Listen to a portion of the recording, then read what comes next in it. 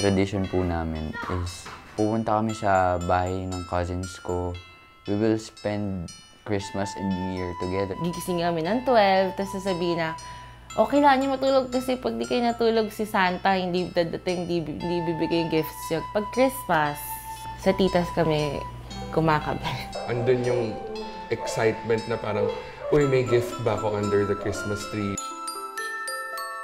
OFW sila since grade 5 ako. Nauna umalis yung mom ko. And then, a year after, sumunod yung dad ko. My brother was eventually going to start college then, and I'm in college, so hindi talaga kaya kahit anong gawin ni mommy.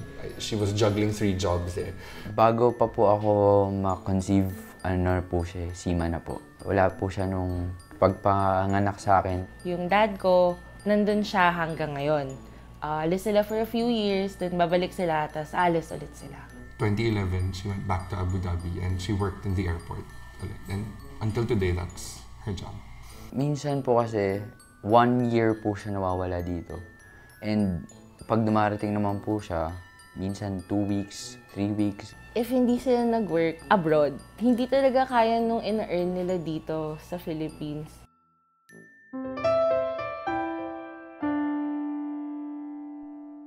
Ten to 12 years na po kasi nung simula po nung naghiwalay sila. Sanay nga kami na halos wala sila lagi. All I have here po sa Philippines to guide me is my mom. So, ayun nga po, minsan naghahanap din po ako ng father na role model. Kahit she's working constantly, never niya kami nakakalimutan. Naipon po lahat ng stories. Kwentuhan hanggang sa, ayun, na-surprise kami, uwian na pala. Sister ko, kaming dalawa yung parang, ate, tulungan mo ako, ganyan. Parang bago pa nila malaman, nasusolve na namin. Nalulungkot to, pero hindi naman siguro umiiyak na dahil nasanay na kami. Nawala na siya parati. Kahit wala siya, nagko-communicate pa rin from Philippines to wherever he is. FaceTime na lang. It's either siya or ako. Magsisend kami ng picture sa kanya. Sa limited time na inalot sa kanya ng company, mas limited pa po dun yung pagkikita namin. Tuwing special occasions, umuwi sila doon. Pero usually nanay ko lang kasi siguro hindi afford. Siguro po mga 4 days lang po kami nagkikita. Kailangan po kahit isang araw, 2, makakasama ko po siya. She wants us to be together as much as possible kasi nga wala siya for us. Siyempre po, hindi siya sapat.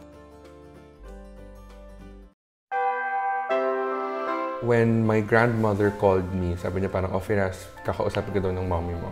Tapos nung narinig ko yung boses niya, kasi grabe, I broke down and cried. First Christmas na wala siya.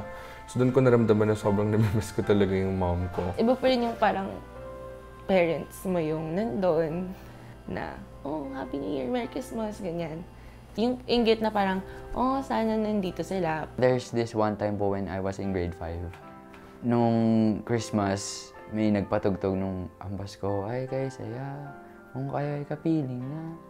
Humagulgol po ako nun. My grandmother told me na you shouldn't have cried kasi nga it would make my mom feel bad then for leaving. Lumaki talaga ako sa kanya na mama's boy talaga eh. Naging emotional din ako pag naalala ko siya. Nung punta ako sa bahay ng mga friends ko, kompleto sila. So, ako naman, buti pa sila, buo. Buti pa sila, masaya. Kami kaya kailan makukompleto? Hinahanap-hanap ko po talaga yung tatay ko. Magtitiis na lang ako hanggang sa masuklian ko sila.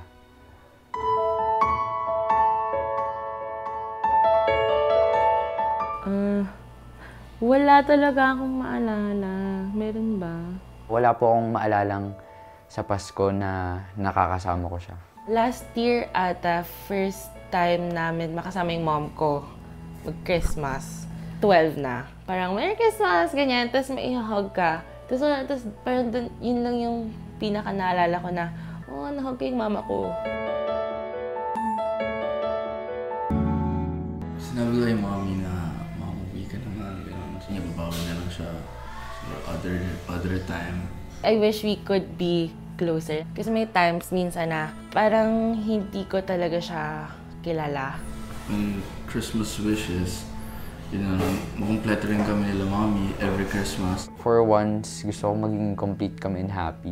And gusto ko maranasan ngayong pagtanda ko na, ganito pala yung feeling pag kompleto.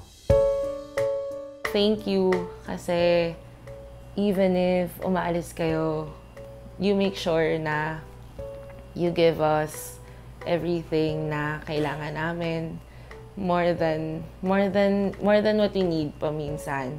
Merry Christmas and we love you.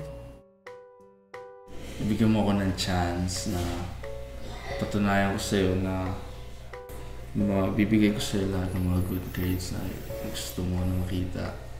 Yun lang, thank you and I love you. Even if, we don't have a dad, for 13 years now, I want you to know that you were able to fill in that gap. Thank you yun for everything, and I promise you that we won't spend time apart anymore. I promise you, and I'm gonna claim that, and I love you so much, Mom. I want to wish him a very Merry Christmas kung nasan man siya.